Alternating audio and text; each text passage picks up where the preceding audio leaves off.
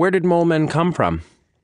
Well, science tells us the first primitive mole men arrived in what is now Alaska about 25,000 years ago by tunneling through the ice pack covering what is now the Bering Strait. They mistook the ice tragically for a new kind of dirt. They called it dirt clear. And many mole men still believe that their ancestors formed a colony there beneath and within the ice that was naturally lost once the ice passage finally gave in to the Bering Sea. This lost colony of mole mantis is a prominent myth in mole-manic culture, especially mole-manic talk radio. No. I mean, where do they come from? Are mole men just humans who started living underground? Well, no. Why would a human dig underground and start eating dirt and insects? To escape predators? But didn't I tell you all about the dirt puma and the other hideous steeds? You don't think they eat people or mole men? Then are we just mole men who crawled out of the earth?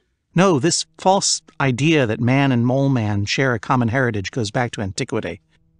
Aristotle, for example, believed that the mole men were spontaneously generated from our own buried feces, but that's nonsense. The truth is very simple, Paul. Mole men evolved as a completely separate species under the earth. Well, what about the century toad? Oh, boy. What about the century toad, Paul? Well, isn't it the traditional belief of the mole men that they were originally born of the century toad? The giant toad that sleeps in the center of the earth, waking for one day every 100 years to feed? Isn't that true? And that one day, 9,000 years ago, the century toad ate a snake, a rat, and a mole, and those three old enemies fought so hard in his belly over the next 100 years that by the time he woke up again, the old century toad vomited up what was left, and that was the first 20 mole men? You ever heard of that?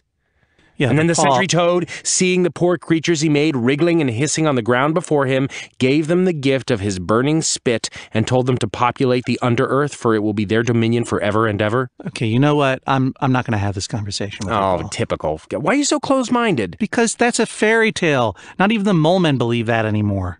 Some do. Some fringe elements do, of course, but the fossil record is clear.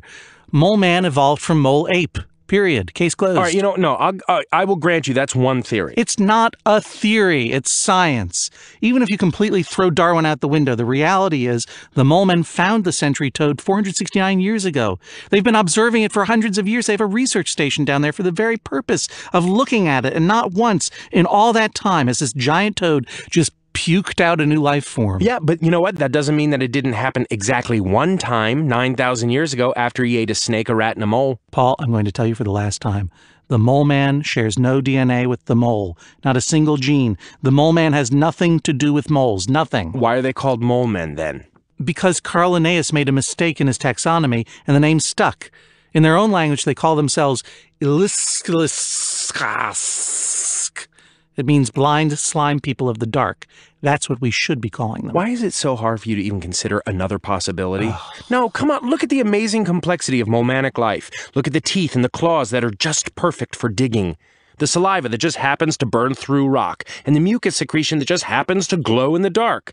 I mean, when you look at the amazing slime ring in the cloacal life sac and all the many beautiful varied ways that the mole men have sex, are you going to tell me that that's all just a matter of chance?